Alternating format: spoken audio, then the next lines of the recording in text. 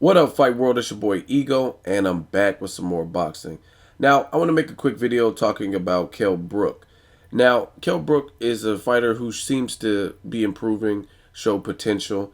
He recently tweeted this today to Amir Khan.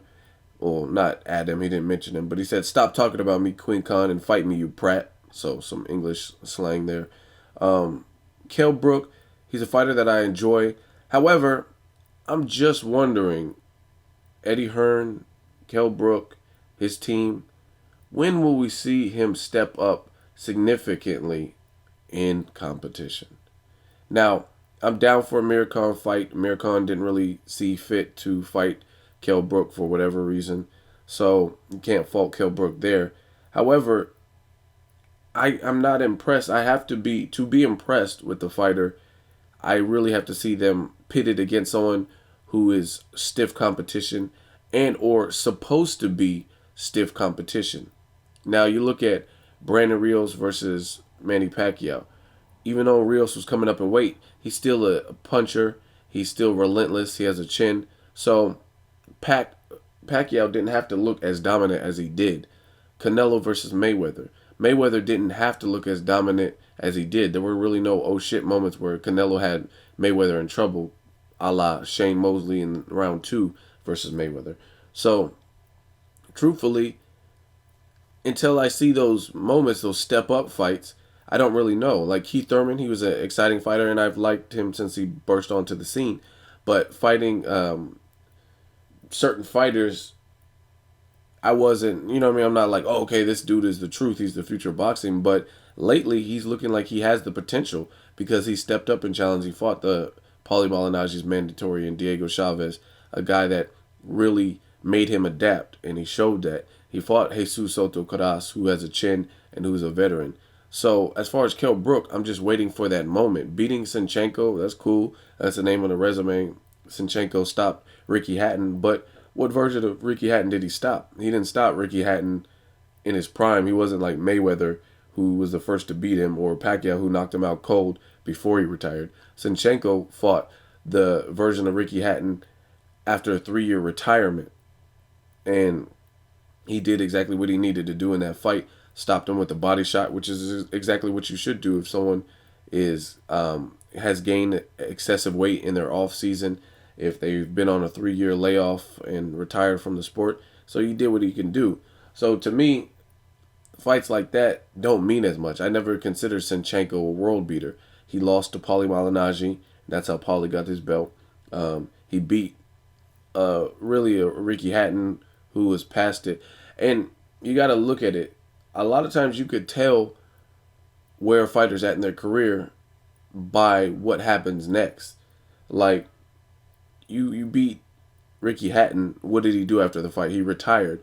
Most young fighters aren't going to do that. Like when Diego Corrales got beat by Mayweather, he didn't retire immediately after because he was still a young fighter and him and his team felt he could bounce back. But you look at certain fighters who, like Jorge Arce, a fighter who's just been in the game for a minute, been in wars, got beat by Darchinian, and then Onito beat him, and then he said he was retiring because that's where he's at in his career.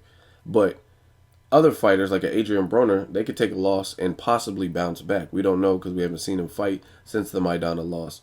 So beating Sinchenko, to me, is cool, but it's not as impressive as if he beat one of the young, strong lions, the Keith Thurmans, the Sean Porters.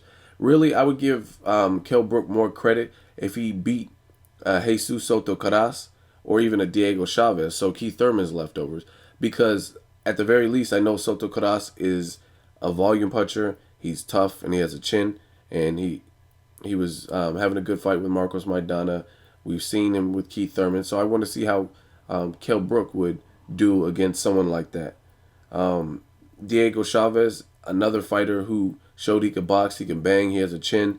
And I think fights like that would possibly bring more out of Kell Brook to see where his chin really is, to see where his skills are, see if he gets frustrated. And ultimately, that's what I'm waiting for from Kell Brook. He's currently signed on to fight. And like I said, you can't fault him for not fighting Khan because Khan passed up on the offer. However, he's now facing Alvaro Robles. And like some of you guys are like, who? Like who the fuck is that? Like that's not, to me, that's not a name that solidifies you at welterweight. Like I've arrived, I fought Alvaro Robles. You know what I'm saying? Like that's not the type of fight that is a coming out party. So to me, Kell Brook at the moment, although he may be talented and may have potential, he's kind of like the Gary Russell Jr. of the welterweight division. Like you have to earn those stripes. Sean Porter fought Julio Diaz twice. He set the record straight in the second fight. Then he beat Devin Alexander. Those are credible wins to me.